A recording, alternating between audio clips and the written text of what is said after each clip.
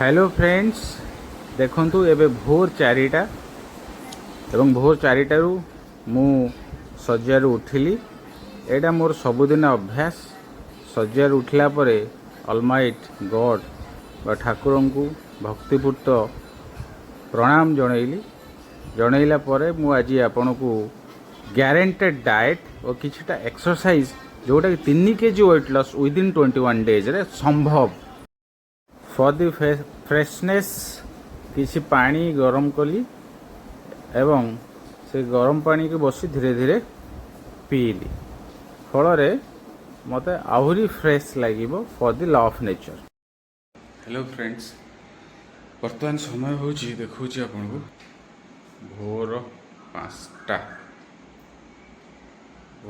वर्षा भी हो घरे समस्ते निघोड़ निदे शोचन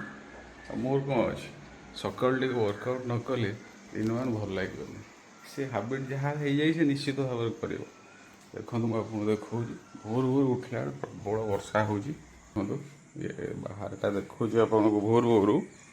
देखते वर्षा हो सब पूरा भोर अंधार अंधार वर्षा तेणु बाहर को जाई हेनी कि वर्कआउट जहाँ कम्प्लीट थी घर भितर जी स्पेस अच्छी गवर्नमेंट क्वार्टर भितर जी स्पेस अच्छी भितर चलवा कथा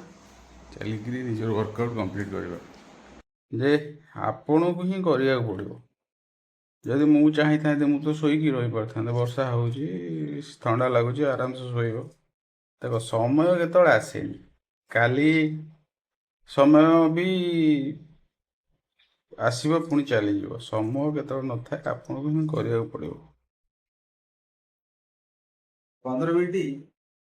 इंडोर वर्क करे बर्तमान किसी वार्म अप करवा किसी exercise knee rotation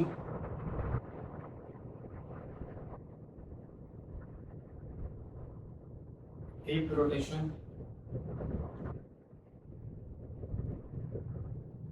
anti clockwise hip rotation then hand rotation anti-clockwise hand rotation then shoulder rotation anti-clockwise shoulder rotation wrist rotation head rotation जेहेतु आज वर्षा हो बाहर जावाटा बाहर पॉसिबल हो पारानी तेणु कार्डियो जेहतु रनिंग जगिंग हो पारे तेणु इंडोर भितर किसी कार्डियो करवा जमी जंपिंग जैक्स जेहेतु L5 S1 L4 L3 more problem अच्छी बैक रे जंपिंग न करी यार नी फ्लोर रे जैक्स कर this kind knee to chest touch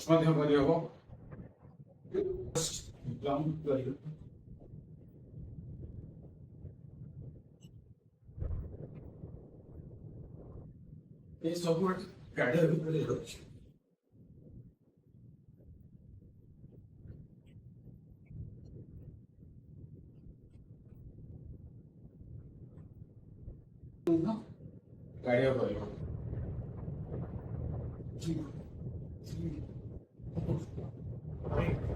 6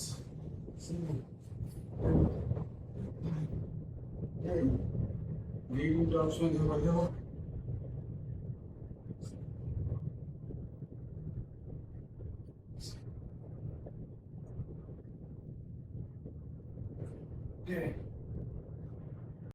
बर्तमान वर्कआउट सरला राति सारा सोक कर रखी किसी नट्स से भी देखो आपन को यही नट्स गुड़ा भी जाइए पंकिन सीड अदा टिके chia seed sunflower seed walnut seed ये हूँ सकाल ब्रेकफास्ट मल्टीग्रेन सत्तू होममेड अल्प अल्प अल्प हाँ काबुली बुट चना काजू आलमंड एटा पड़ी भजा है ओट्स फोट्स पड़ी चूड़ा भजा है। हाँ फ्रेंड्स, आज ऑफिस सन्ध्या गोटे मीटिंग थी आ डिनर करने टाइम है जेहेतु मोर प्रिंसिपल हूँ सूर्यास्त पर आउ खाइबेनि तेणु बर्तमान 9:30 बजे बाध्य क्षीर ग्लास पी दूचे। आपण रात कौन खाते मत कमेंट कर जनइबे।